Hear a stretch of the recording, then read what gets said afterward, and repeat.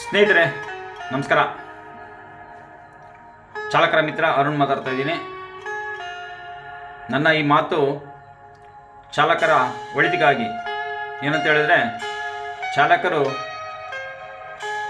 ಅವ್ರದ್ದು ಯಾವುದೇ ಕೆಲಸ ಕಾರ್ಯಗಳಲ್ಲಿ ತೊಡಗಿರ್ತಾರೆ, ಆದರೆ ಅವರ ಜೀವನ ಶೈಲಿಯನ್ನು ಒಂದು ಒಳ್ಳೆಯ ಮಾದರಿಯಾಗಿ ತರಲು ಅವರಿಗೆ ಗೊತ್ತಾಗಲ್ಲ. ಏನಂತ ಹೇಳಿದ್ರೆ, ಕೆಲಸ ಮಾಡುವ ವಿಧಾನ, ಒಳ್ಳೆಯ ಸಮವಸ್ತ್ರ, ಬಿಳಿಯ ಸಮವಸ್ತ್ರ ಧರಿಸುವಂಥದ್ದು, ಹಾಗೂ ಗಾಡಿನ ಒಳ್ಳೆ ರೀತಿಯಲ್ಲಿಡುವಂಥದ್ದು, ಕ್ಲೀನಾಗಿ ಎ ಸಿ ಕಂಡೀಷನಲ್ಲಿ ವರ್ಕ್ ಮಾಡೋಂಥದ್ದು, ಹಾಗೂ ಸೀಟ್ ಬೆಲ್ಟ್ಗಳನ್ನ ಧರಿಸುವಂಥದ್ದು, ಚಾಲನೆ ಮಾಡುವಾಗ ನೀರು ಕುಡಿಯುವಂಥದ್ದು, ಟೈಮ್ಲಿ ನೀರು ಕುಡಿಯುವಂಥದ್ದು, ಆರೋಗ್ಯದ ಬಗ್ಗೆ ಕಾಳಜಿ ವಹಿಸ್ಕೊಳ್ಳುವಂಥದ್ದು, ಹಾಗೂ ಕೆಲಸ ಮಾಡುವ ಸಮಯ ಅದನ್ನು ಫ್ರೇಮ್ ಮಾಡ್ಕೊಬೇಕಾಗತ್ತೆ. ಅಂದರೆ 8ರಿಂದ 10 ಗಂಟೆ ಕೆಲಸ, 3 ಗಂಟೆ ವ್ಯಾಯಾಮ ಇಲ್ಲಾರೆ ವಾಕಿಂಗ್, ಹಾಗೂ ಗಾಡಿ ಡಾಕ್ಯುಮೆಂಟ್ಗಳನ್ನ ಮೇಂಟೈನ್ ಮಾಡುವಂಥದ್ದು. ತುಂಬ ಜನ ಗಾಡಿ ಡಾಕ್ಯುಮೆಂಟ್ಗಳನ್ನ ನೋಡ್ಕೊಳ್ಳಲ್ಲ, ಅವಾಗ ನೋಡ್ಕೊಬೇಕು. ಎಕ್ಸ್ಪೈರ್ ಆದರೆ ಯಾರೂ ಬರೋಲ್ಲ.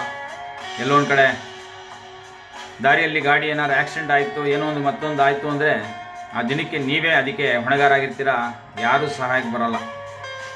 ದುಡ್ಡು ಕಾಸಿನ ವ್ಯವಹಾರದಲ್ಲಿ ಆಗಲಿ, ಯಾವುದೇ ರೀತಿಯಲ್ಲಾಗಲಿ ಎಲ್ಲೋ ಒಬ್ಬರು ಇಬ್ಬರು ಬರ್ಬೋದು ಅಷ್ಟೇ. ಬಿಟ್ಟರೆ ನೀವು ಅದೇ ಡಾಕ್ಯುಮೆಂಟ್ನ ಕರೆಕ್ಟಾಗಿ ಇಟ್ಕೊಂಡಿದ್ರೆ ಯಾವುದೇ ಥರದ ತೊಂದರೆ ಆಗಲ್ಲ. ಅಟ್ಲೀಸ್ಟ್ ನೀವು ಅದನ್ನು ಫೇಸ್ ಮಾಡ್ಬೋದು. ಹಾಗೂ ಹೆಲ್ತ್ ಇನ್ಶೂರೆನ್ಸು, ಒಕ್ಕೂಟಗಳಲ್ಲಿ ಮೆಂಬರ್ಶಿಪ್ಪು, ಹಾಗೂ ನಿಮ್ಮ ಜೊತೆ ಬರುವಂಥ ಕಸ್ಟಮರಿಗೆ ಒಳ್ಳೆ ಸರ್ವಿಸನ್ನು ಕೊಡುವಂಥ ನಿಟ್ಟಿನಲ್ಲಿ ನಮ್ಮ ಚಾಲಕರು ಮುಂದಾಗಿರಬೇಕು. ಆಗಾಗಲೇ ನೀವು ಮಾಡೋಂಥ ಕೆಲಸಗಳಲ್ಲಿ ದುಡಿಮೆನ ಗಳಿಸ್ಬೋದು.